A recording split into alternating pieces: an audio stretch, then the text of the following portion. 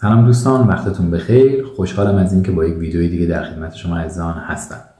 توی این ویدیو میخوایم بریم توی سایت لیچس بازی بکنیم و اون بازی رو آنلاین همزمان تحلیل بکنیم و پس از اتمام بازی هم یک تحلیل مختصر دیگه رو نکات مهم بازی خواهیم داشت. در حال حاضر کارهای خوب و بد در شروع بازی رو یاد گرفتیم و میخوایم رو همینها کار بکنیم. کارهای خوب تو شروع بازی: پیاده ها به سمت مرکز، گسترش سوارها، اول اسب‌ها و فیل‌ها، بعد رخ‌ها و وزیر. 3. شاه قلعه رفتن. 4. قربانی 1-2 امتیاز جهت کسب ابتکار عمل و بازی فعال. این شماره 4 مال حرفیه، اگر شد انجام میدیم، اگر نه خیلی مهم نیست. و اما کارهای بد در شروع بازی که بهتر اونها رو انجام ندیم و اگر حریف انجام داد ما خوشحال بشیم: 1. بازی با پیاده‌های کناری. 2. بازی زیاد با پیاده ها. 3. بردن سوار به کناره های صفحه. 4. بازی زیاد با یک سوار. 5. کیش های الکی، کیش های بی هدف. 6. دیر قلعه رفتن و در خطر قرار دادن شاه. 7. گسترش زودهنگام وزیر، چون حریف میتونه همزمان با گسترش نیروهاش به وزیر ما حمله بکنه و ما هی باید تمپ بدیم. 8. پیاده خوری که ما رو در مرحله گسترش عقب میندازه. 9. حمله زودهنگام با 1-2 سوار که به نتیجه نمیرسه. 10. حرکتی که ادامه گسترش ما رو دچار مشکل میکنه، معروف به حرکت ضد گسترشی. و 11. تقلید کورکورانه بی منطق. اینها کارهای بد هستن. کارهای خوب رو رعایت کنیم، کارهای بد رو انجام ندیم و سعی کنیم با دقت کردن به همین نکات شروع بازی رو به طور کامل رد کنیم. در کل اصول اصلی در شروع بازی: گسترش گسترش گسترش. اصول اصلی وسط بازی: حمله کردن به پوستون حریف، خصوصا موقعیت شاهش. و اصول و نکات مهم آخر بازی اینه که شاه رو باید فعال بکنیم و سعی کنیم یکی از پیاده ها رو وزیر کنیم. تا همین حد با رعایت همین نکات میریم و بازی رو انجام میدیم. در جریان بازی نکات دیگه پیش بیاد راجع به اونها صحبت میکنیم و سعی میکنیم شروع بازی ها رو هم تا حدی تحلیل بکنیم و نکات حرفه‌ای و استراتژی های اساسی و اصلی شروع بازی ها رو هم با هم دیگه کار بکنیم. بریم با هم یک بازی جالب رو داشته باشیم.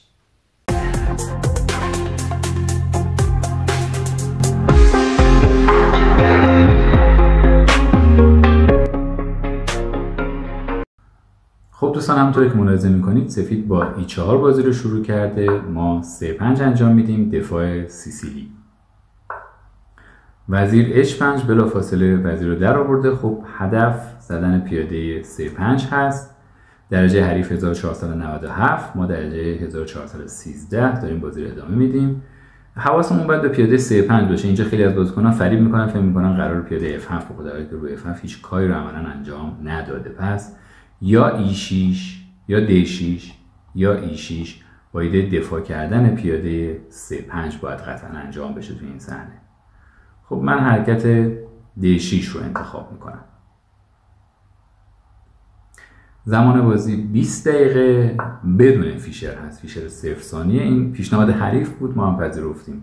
فیل 3-4 رو خونه F7 داره کار میکنه. خب من قطعا نمیخوام F7 رو بهش بدم، به همین دلیل یا J6 یا E6 رو میتونیم انجام بدیم. من E6 رو ترجیح میدم برای اینکه قطر فیل رو میبنده و دیگه ادامه وزیر در F7 هم در این صحنه براش وجود نداره.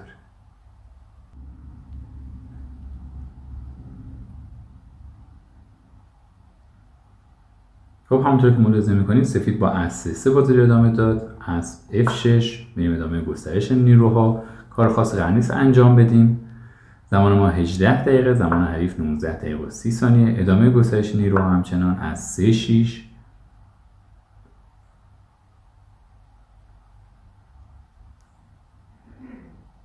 نکته که هست، به خاطر اینکه وزیرش رو زود در آورده میتونیم با حرکات مثلا اسب E5 یا اسب D4 در ادامه از وزیر حریف تمپ بگیریم.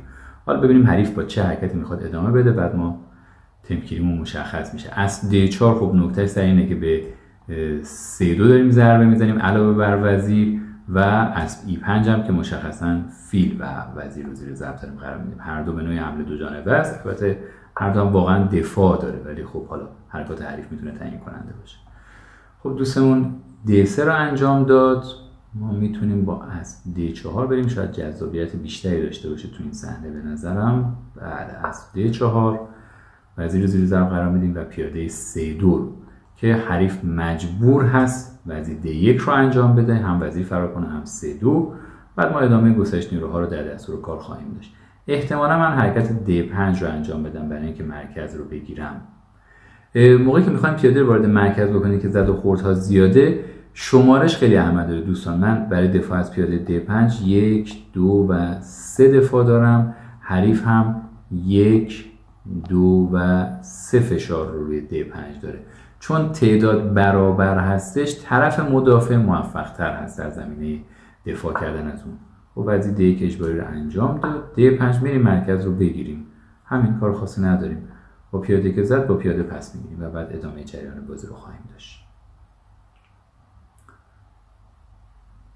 احتمالاً بعد از بزن‌ها بازیکن سفید باید فیل خودش رو به خانه B3 عقب نشینی بکنه. فیل B5 حرکت دقیقی نیست، چون بعد از استر B5 یک سوار لغو رو تو این خونه خواهد داشت و این به بازیکن سیاه امکانات خواهد داد.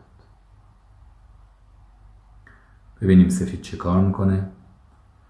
زمان حریف 17 دقیقه و 50 ثانیه، زمان ما 17 دقیقه و 40 ثانیه. مثل هم هستیم، تقریبا برابر هستیم. پیاده ها تعویض شدن، حالا زمانی که فیلش رو باید به خانه B3 ببره و اینجا حرکت فیل B5 قطعا غلطه، براش ایراد خواهد داشت.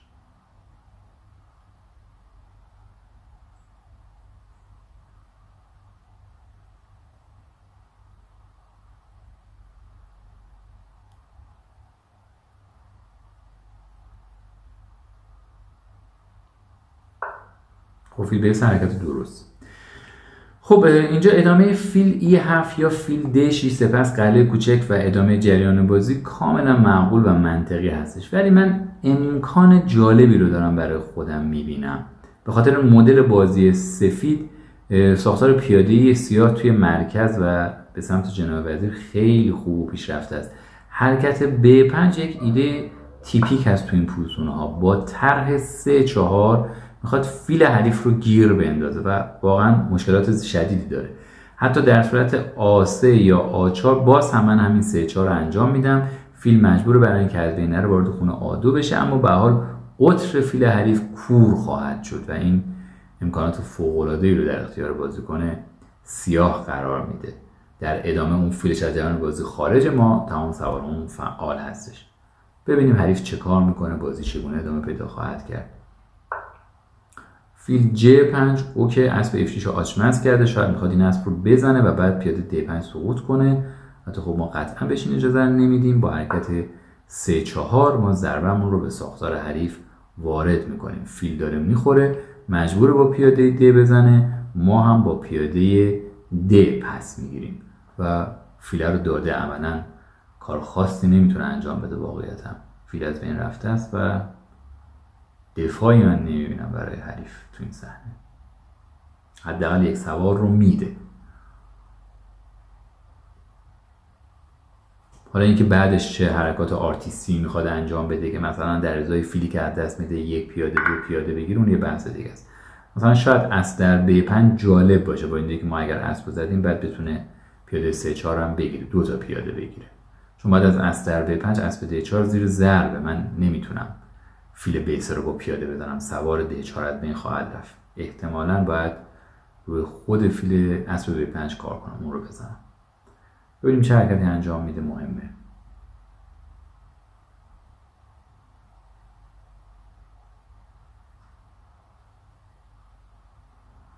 زمان حریف 15 دقیقه و 40 ثانیه، زمان ما 17 دقیقه. بازی بدون فیشر هست دوستان، هیچ فیشری نداره، پس ما باید حواسمون باشه تایم به 3 دقیقه دیگه نرسه، چون زیر 3 دقیقه باید فقط تون دیگه بازی بکنیم. تا قبل از 3 دقیقه باید تکلیف مشخص کنیم. کنترل زمانی در جریان بازی ها خیلی اهمیت داره. حواستون باشه چقدر تایم دارین، به چقدر تایم میرسین تحت فشار قرار میگیرید. اون محدوده رو براتون تصور کنید صفر. مثلا من اگر زیر 1 دقیقه بخوام بازی بکنم شخصا مشکلی ندارم، بازی سرعت 1 دقیقه هم اوکیه. ولی شاید مثلا 30 ثانیه دیگه وقت داشته باشم، دیگه واقعا نتونم بازی رو جمع کنم، تحریزی بکنم. برای همین من 1 رو برای خودم حدودا میذارم خط 0. میگم به 1 برسی باختی. دیگه تا 1 هر کاری میخوای انجام بده، بیش از حد فکر نکن. تصور ذهنی اینه که 1 برای من مساوی است با 0. باخت هستش. قبل از اون سعی میکنم بازی رو به نتیجه برسونم. اگر حالا مجبور شدیم و اتفاقات دیگه در جریان بازی افتاد یک بحث دیگه است. خب اسب E2 به اسب D4 ما داره فشار میاره. چه میتوان کرد؟ اگر اسب رو بزنی میتونه با وزیر بزنه کیش و پس از اون اسب در B5 داره. یه سری ایده های جذابی داره براش تولید میشه فعلا که من واقعا این تعویض‌های این گونه رو دوست ندارم، ترجیح میدم سوار گسترش بدم. شاید فیل C5 ساده تر باشه برای من.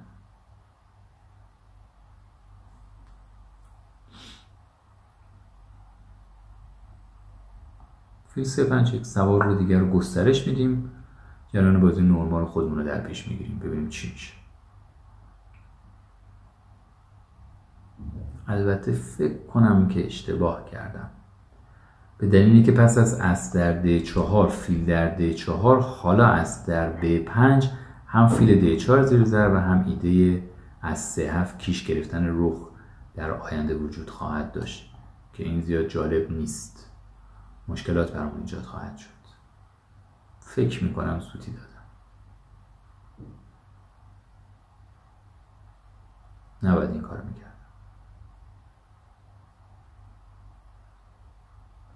توی این صحنه باید اسب E2 رو من احتمالاً میزدم و بعد بلافاصله D در C در B3 سوار رو بگیریم و ادامه جریان بازی.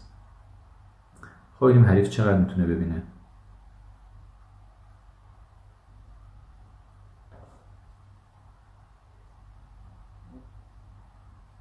خب زمان حریف به زیر 13 دقیقه رفت، ما همچنان 16 دقیقه وقت داریم.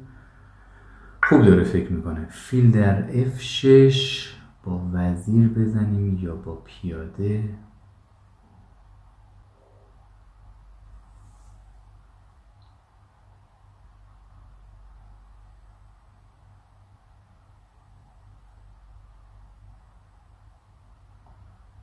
با پیاده بزن. پیاده در F6. حالا دلیل تاکتیکیش اینه که من دوست دارم در صورتی که اسب در D4 انجام بشه با فیل پس بگیرم و حرکت اسب B5 رو برم وزیر A5 کیش بدم. خب حریفیش از اون گزینه‌ها رو بازی نکرد، بازی ما خیلی در واقع ساده کرد به نظرم، دستش هم درد نکنه. خیلی از فشارها رو از روی پوستون ما برداشت با این حرکتی که انجام داد در حال حاضر. خب ما باید بتونیم فیل رو عقب نشینی بکنیم، خانه خاصی هم نیاز نداره دفاع بکنیم در حال حاضر، فقط باید اسب دفاع بشه. بله فیل B6 میریم برای دفاع از اسب.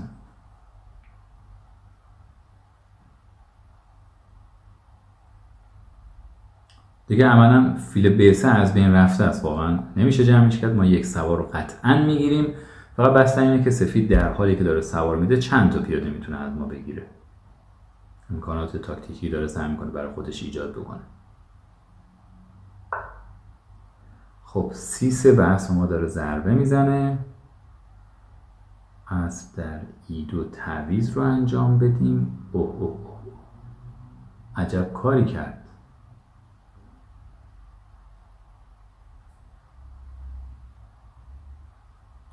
حالا در صورت اسب در E2 با وزیر میزنه، من نمیتونم فیل رو بزنم چون این اسب E4 کیش برخاست بسیار ترسناکی داره.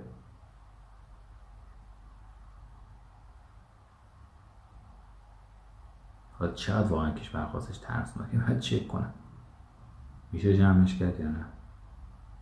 فعلا اسبری که باید بزنیم، سوار نمیتونیم بدیم اینجا، این که اجباریه. اینو بزنیم حرکت بعدی فکر کنیم. ببینیم اگر با وزیر زد توی دو آیا فیلو بزنیم وارد کیش برخواست بشیم یا نه بیخیال شیم مثلا کیش برخواست رو دفاع کنیم اونم فیلشو در ببره یه بازی نرمال رو در ادامه داشته باشیم.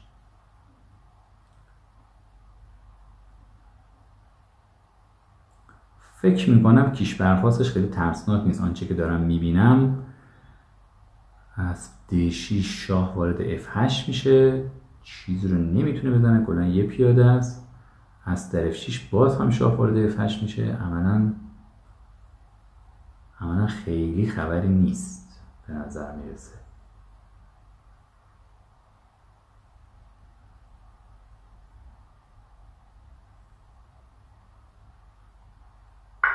به نظر مثل خیلی خبری نیست، یعنی من نمیبینم، حداقل حاضر نمیبینم چه اتفاقی قرار بیفته. پیاده در بیسته وارد این بازی هیجانی میشیم، ببینیم چه اتفاقاتی میفته، حریف چقدر میتونه ببینه.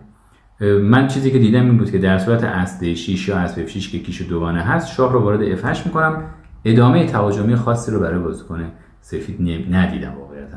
حالا حرکت جذاب دیگه سفید شاید تو این صحنه قبل از اینکه کیش برخواست بده رخ D1 باشه که اون رو بیاره تو بازی.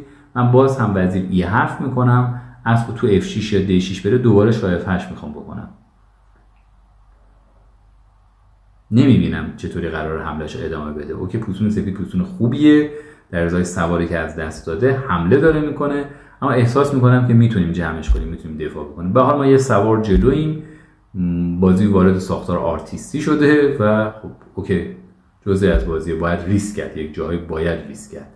ریسک عاقلانه ای هم کردیم. واقعیت اینه که ما یک سوار خوردیم و خیلی هم در زمینه گسترش واقعا عقب نیستیم.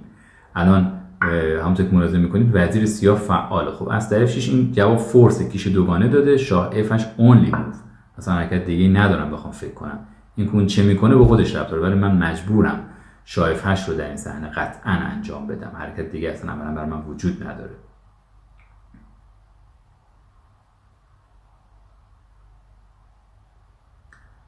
حالا در حین بازی اینترنت ما هم هی قطع میشه که اگر مدت 1-2 دقیقه طول بکشه این قطعه رو برامون باخت میزنه، ولی تا الان خدا رو شکر که هر 10 ثانیه که قطع شده بلافاصله برگشتیم توی بازی.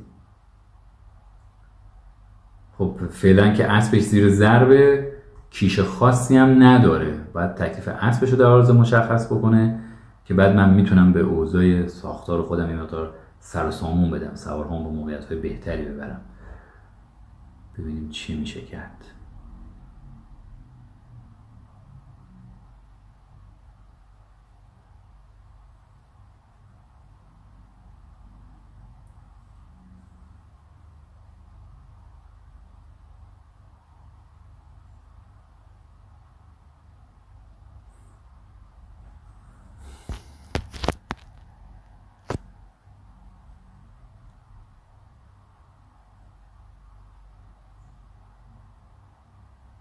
خب زمان حریف 9 دقیقه، زمان ما 13 دقیقه. اسب H5 رو انجام داد و اسب خودش رو نجات داد. خب ما مهره جلویم، تعویض رو دوست داریم. من فعلا دارم به حرکت وزیر E7 فکر میکنم که وزیر حریف آچمز میکنه و تعویض اجباری تقریبا ازش داره میگیره. فقط باید یه چکی بکنم ببینم این وسط خبر خاصی نیست، کیش خفنی نداریم، فیل در F2 رو با وزیر میزنه، خبری نیست، تهدید آنچنانی هم نداریم مثل وزیر G5. اسب اصلا دفاع داره. وزیر E7 تعویض اجباریه. حالا وزیر E7 یا E8 هر دو تعویض اجباری بود. من E7 رو ترجیح میدم برای که شاهم بیاد جلو، به حال آخر بازی هست، دوست دارم شاهم وارد بازی بکنم، از این پشتم چشم رخم باز بشه که بتونه وارد خانه های E8 یا D8 بشه. به نظرم برتری رو گرفتیم. در واقع اون فیلی که سواری که جلو افتادیم الان عملا جلو هستیم. سفید نهایتا پس از تعویض ها میتونه پیاده B3 رو بزنه. 2 پیاده در ازای سوار هست، ولی خب سواره خیلی تو چشم تره، واقعا خیلی با ارزش تره. خصوصا بازی بازه دوستان، در بازی باز فیل از اسب قوی تره که اینجا در واقع همچین اتفاقی داره میفته. توی بازی باز فیل از اسب قوی تر هست و امکانات بهتری رو فیل ها خواهند داشت در ادامه بازی. حالا ببینیم حریف چه کار خواهد کرد. اینجا که تقریبا وزیر در وزیر اجباریه، آقا ادامهش بهتره بزنه بعدش پیاده B سر بگیره. خب حریف نزد، یک اشتباه به نظرم خیلی خیلی خیلی بد رو داره مرتکب میشه. اینجا رخ D8 نداره دوستان، این با فیل ساپورت شده. این حالا چرا دارم میگم اشتباه بد؟ چون پیاده B3 رو نزد. حالا ما میتونیم آدو رو بزنیم، خود این پیاده یه لولوه، الان یکی بره اون رو جمعش کنه دوباره. بسیار ترسناک هست. یک شماره 2 من یه تاکتیک دارم میبینم، این که وزیر دوستمون و اسبش و رخش همه توی یه قطر قرار دارن. من الان ممکنه بسیار جذاب فیل G4 رو میبینم که یه حمله چند جانبه است، اصلا نمیتونه کاریش بکنه. وزیر رو هم با کیش بزنه با شاه میزنیم، بعد اسبش و رخش رو هوان. به نظرم مهره داریم میگیریم بی بحث. پیاده در بیسم آدو هم خیلی قشنگه، اون البته یه پیاده است و پیاده ترسناک، آدو خودمون زنده میمونه. اما فیل G4 فکر کنم اصلا بازی تموم شد. بازی تموم شد. اصلا سوار داره میده، نمیتونه کارش بکنه. الان وزیر دری 7 اونلی موو با شاه میزنم، بعد نهایتا اینه که باید اسبش رو برداره، من روخه رو بزنم با شاه بزنه پیاده در A2. اصلا بازی بلافاصله تمام شد. یه چند تا بی‌دقتی انجام داد. به حال ریتینگ 1497 خیلی انتظار نداریم حقیقتا که خارق العاده بازی بکنه. اینجا شاید رخ D5 من ندیدم اون موقع برای دفاع از اسبش که هم رخش نجات پیدا بکنه هم اسب رو دفاع بکنه. ولی باز هم بلافاصله پیاده در A2 بسیار ترسناکه، بسیار ترسناکه دوستان. کار تمامه. ما هم الان یک سوار جلویم. بله رخ D5 رو میبینه. من کیش خاصی ندارم، ضربه تاکتیکی خاصی رو هم نمیبینم فعلا. فیل در H5 با ایده تعویض قشنگه، ولی واقعا A2 رو میزنیم، بعدا اسب هر وقت خاصی مال خودمونه. یکی بره فعلا هوای دوستمون رو داشته باشه.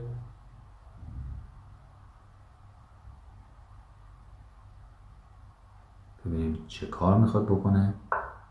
شاه D2. متشکرم، مرسی. پیشنهاد تعویض میدیم. رخ رو میخوایم تعویض کنیم. احتمالا رخ یک کیش خواهد داد. من شاه F8 میکنم. حالا هم این رخه زیر ضربه، همین اسب هنوز رو هواست و باز هم داره یه جورایی سوار میده. باید شروع کنه دقیق بازی کردن که فقط مهره نده. بنده خدا.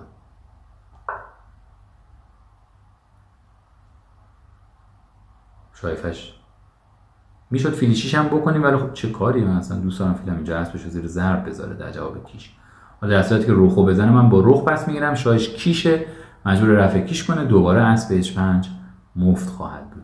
همچنان یک سوار کامل جلویم دوستان. دو پیاده رو نگرفت، یه پیاده گرفته بود، بعد بیسر میگرفت پیش دو پیاده، نگرفت. ما رفتیم A2 هم زدیم. الان پیاده ها مساویه، 5-5. واقعا پیاده A2 اصلا لولوه، اصلا خیلی ترسناکه، خیلی ترسناکه. من همین الان پس از تعویض رخ میتونم بلافاصله فیل F5 فیل B1 کنم با اینکه که پیاده میخواد وزیر بشه. خب تعویض انجام داد، کیش مجبور شاه رو برداره. بلافاصله اسب رو میتونیم بگیریم. پوسون برنده است دیگه. اینکه الان تسلیم بشم یه بحثیه. خب چقدر جالب تاکتیک داریم. الان ما میتونیم اسب مفت بزنیم، بازی رو هم بردیم، اصلا هیچ بحثی نداره. اما اینجا یک تاکتیک خیلی جذاب و ساده وجود داره. قرار دادن فیل در خانه D1 برای قطع ارتباط رخ حریف با خانه A1 برای اینکه این پیادهمون وزیر بشه. با رخ فیل رو میزنه، ما با رخ پس میگیریم، با شاه میزنه، پیاده A1 وزیر. خیلی شیک و با کلاس بازی تموم میشه. بعد از فیل D1 اگرم نزنه شاهش رو بخواد ببره C1 یا هر چی، خب پیاده وزیر. اصلا وزیر مات میشه، تمام. این هم خیلی شیک و ساده است. اما ما حرکت ساده فیل در H5 رو بازی میکنیم. همچنان اون تهدید وجود داره. حالا ببینم چه کار میکنه حریفمون، بعد بهتون میگم. یک ممکنه دیگه ما اینجا داریم الان.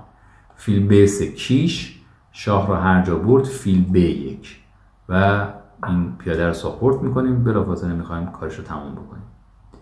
خب حریف عجب جایی اومد، عجب اتفاقی.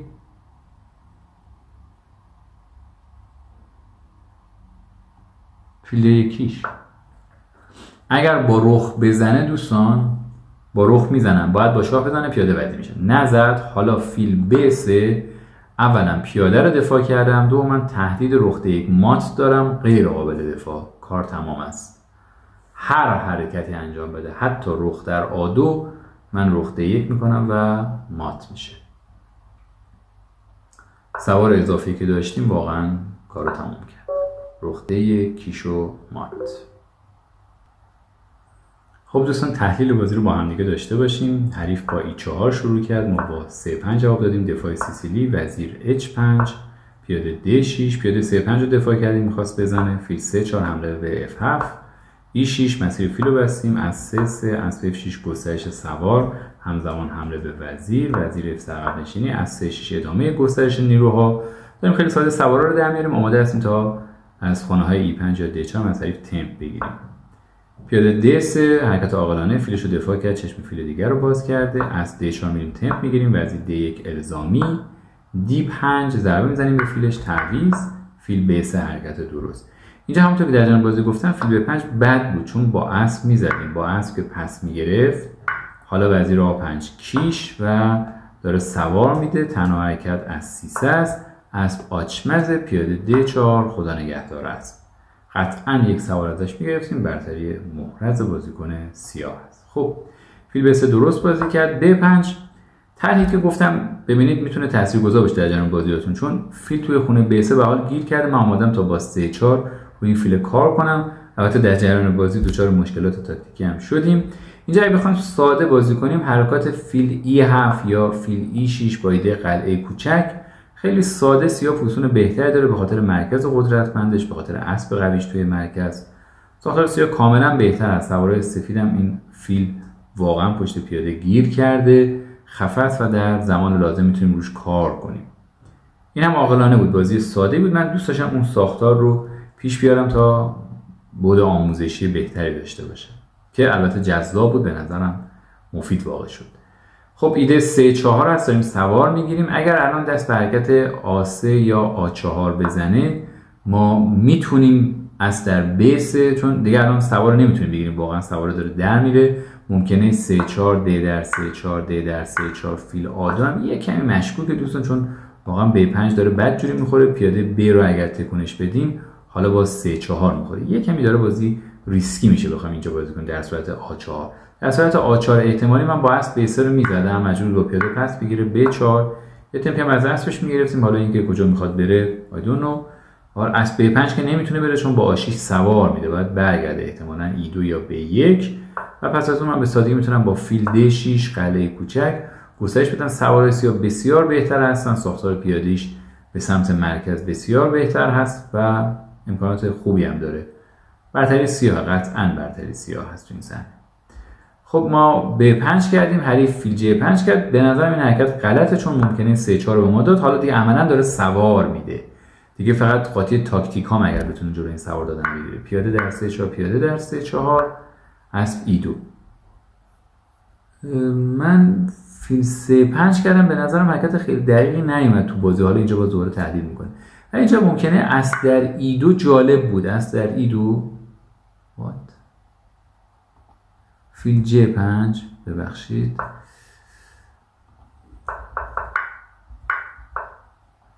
اسب E2 اسب در E2 وزیر در E2 کیش وزیر E7. من اینو میدیدم میگفتم اینجا اسب در B5 داره رو من میخوام فیلو بگیرم، اون اسب F کیش میده رخمو میگیره. ولی خب اوکیه، ما اسبش هم میگیریم. پیاده در B3. حالا بعد از اسب C7 شاه D7 اسب در A8 وزیر در E2 شاه در E2. میتونیم فیل به 7 کنیم. پیاده در C2 اول جلوی کیشو بگیریم. فعلا یه پیاده هم خوردیم، احتمالاً رخ یک پیاده رو پس بگیره. حالا میتونیم فیل به 7 کنیم اسب رو بگیریم. فورس اسب رو میگیریم. دو سوار به رخ کاملا ارزش داره. فیل A6 هم جذابه. فیلش خیلی جذابه. شاه کجا میخواد بره؟ نمیتونه شاه D2 کنه دوستان. اسب E4 کیش میدیم، این فیل رو هم میزنیم. شاه F3 هم نداره بکنه چون حالا فیل به 7 با کیش میام اسب رو میگیریم، خیلی بهتره. اگه شاه E3 هم بکنه فیل C5 کیش، شاه رو هر جا برداره حالا دوباره اسب میخوره. خوبه. فیل A6 کیش هم قشنگ بود. خوب بود. اینجا اسب در E2 قابل بازی بود، اوکی بود. من فیل C5 انجام دادم و حالا اینجا چی دیگه داشتم میدیدم این بود که اگر اسب D4 رو بزنه، من با فیل بزنم، ایشون با اسب B5 رو بزنه، حالا فیل D4 زیر ضربه، من نمیتونم B3 رو بزنم. چه باید کرد؟ واو، وزیر A5 کیش داریم اسب رو میزنیم. حالا اگر از C3 بکنه با فیل با کیش میزنم، بعدم فیل B3 رو میگیرم. سوار رو گرفتم. اگه پیاده C3 بکنه من اسب رو نمیتونم بزنم. الان اسب رو نمیتونم بزنم چون فیل A4 میکنه دوستان. اینجا وزیر میدیم. ولی خب من فیل رو میزنم. درسته. حالا اگر با اسب D4 رو بزنه، وزیر در J5. عالی، چقدر قشنگ. اگر با وزیر D4 رو بزنه، خب وزیر در B5. سوار رو گرفتیم، وضعمون هم خوبه. everything is okay. اوکی، اینم قابل بازی بود واقعا. فیل C5 هم اوکی، فیل C5 هم قابل بازیه. خب حریف با فیل زد توی F6، من با پیاده زدم. اینجا باید یکمی دوچار مشکل شد. من داشتم میگفتم وزیر در F6 اگر بزنم دوباره اس در D4 فیل در D4 دوباره اس در B5، این دفعه داره صف کیش میده که موضوع خطریه. فیلم داره وزیر در F تو مات. وای اصلا ندیدم، اصلا نداره اس در B5 نداره، وزیر در F تو مات، باید مات رو دفاع بکنه. اگه قلعه بره من الان فیلو میزنم دیگه، سوار رو گرفتم. اگه اسب E4 هم بکنه بیا دو وزیر ما گیره، خب وزیر E5 اسب آشمز میزنم، اینو میزنم، دارم اینو میزنم، دفاع نداره، سوار گرفتم. داشتیم چه جالب، ندیدم اصلا. خب بگذاریم فیل در F6 ما با J زدیم، وزیر در F6 هم داشتیم. حالا J در F6 هم خوب در اومد عملا. اسب E4 کرد، به فیل ضربه زد. من حتی انتظار دوباره همون حرکت اس در D4 رو داشتم، فیل در D4 اس در B5 من اونو داشتم میدیدم حقیقتا، اونو بیشتر آنالیز میکردم. حالا دوستمون اسب E4 رو ترجیح داد، فیل B6. اینجا پیاده در B3 هم جذاب بود. بله درستم هست. ای بابا چقدر ندیدم واقعا، چقدر امکان تاکتیکی ندیدم. اس در C5، حالا اس در C2 کیش، شاه F1 اجباری، اس در A1 قربانت. وزیر رو که نداره بزنه با شاه میزنه، بعدا اسبم زنده در میره.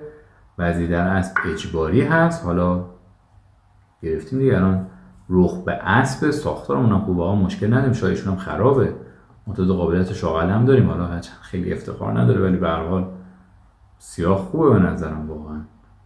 حتی پیاده در A2 اول اینو بزنیم، پیاده مفت ندیم، وزیر در A2 بریم بازیمون رو بکنیم. وزیر در A2 نداره، وزیر در مات.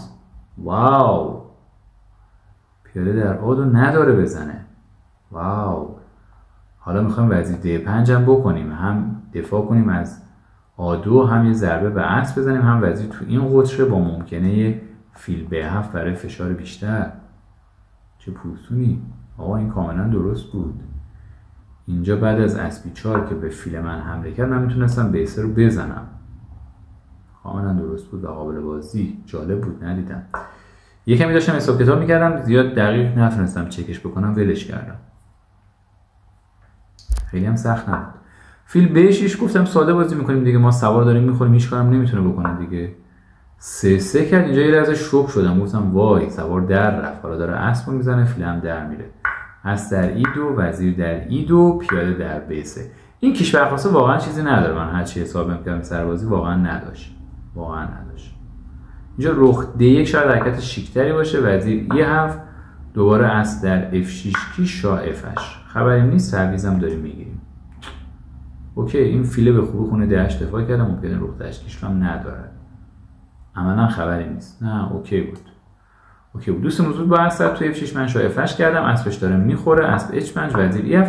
اینجا دیگه عملا تمومه دیگه. بعد از این فکر کنم خیلی خوب بازی کردیم، واقعا اشتباهی نداشتیم، بازی هم به سمت پیروزی رفت، سوار رو هم خوردیم. رخ D1 فیل J4، این حمله تابلو بود دیگه، مهره داریم میگیریم. وات، کیش داشتیم، با کیش میتونستیم بزنیم، با شاه میزد، فیل J4 کیش تق حمله دو جانبه، سوار گرفتیم، برنده. واو، همیشه کیشا رو حساب کنید، واقعا نمیدونم چرا. البته هرچند واقعا فیل J4 هم همونو میگیره، به نظرم فرقی نداره، یعنی داره فورس میگیره، جذابم بود واقعا. من در طول بازیشون فیل J4 دیگه ول کردم همه چی رو. پیاده در A2 هم بود دیگه، خیلی حساب نکردم، ولی واقعا وزیر در A2 ساده بود، ساده تر بود از فیل J4، بهتر بود اون انجام میدادم. وزیر در F، شاه در F، رخ D5 سوارش رو دفاع کرد، اما پیاده در A2 دیگه عملا کار تمام است. شاه D2، رخ D8 واقعا there is no defense. رخ E شاه F8، رخ آچمزه، اسب داره میخوره، عملا این حرکتی وجود نداره. رخ در D8 زد، با رخ زدیم که شاه کنار. من اسبش رو زدم، البته اینجا توضیح دادم که فیل D1 برنده است، چون با رخ بزنه، با رخ میزنم، با شاه بزنه، پیاده وزیر، کار تمام است. این برد رو که نشون دادیم. این لاین رو هم داشتیم، فیل F5 کیش همونطوری که گفتم. حالا شاه C1 یا B3 خیلی فرقی نداره فکر میکنم. فیل B1 دوباره داره پیاده وزیر میشه. این هم برنده است. من اسب رو زدم، من اینجا اسب خیلی ساده دادم، پوستون برنده است. ما دو تا فیل جلویم، پیاده رو بهش نمیدیم. همونطور دیدید رخ A1 کرد، فیل D1 کیش، شاه C1، فیل B3 و مات فورس غیر قابل دفاع. C4 رخ D1 کیش و مات. بازی جالبی بود. امیدوارم از تماشای این بازی هیجان انگیز، تاکتیکی و پر از امکانات لذت برده باشید. تا درود دیگر، 200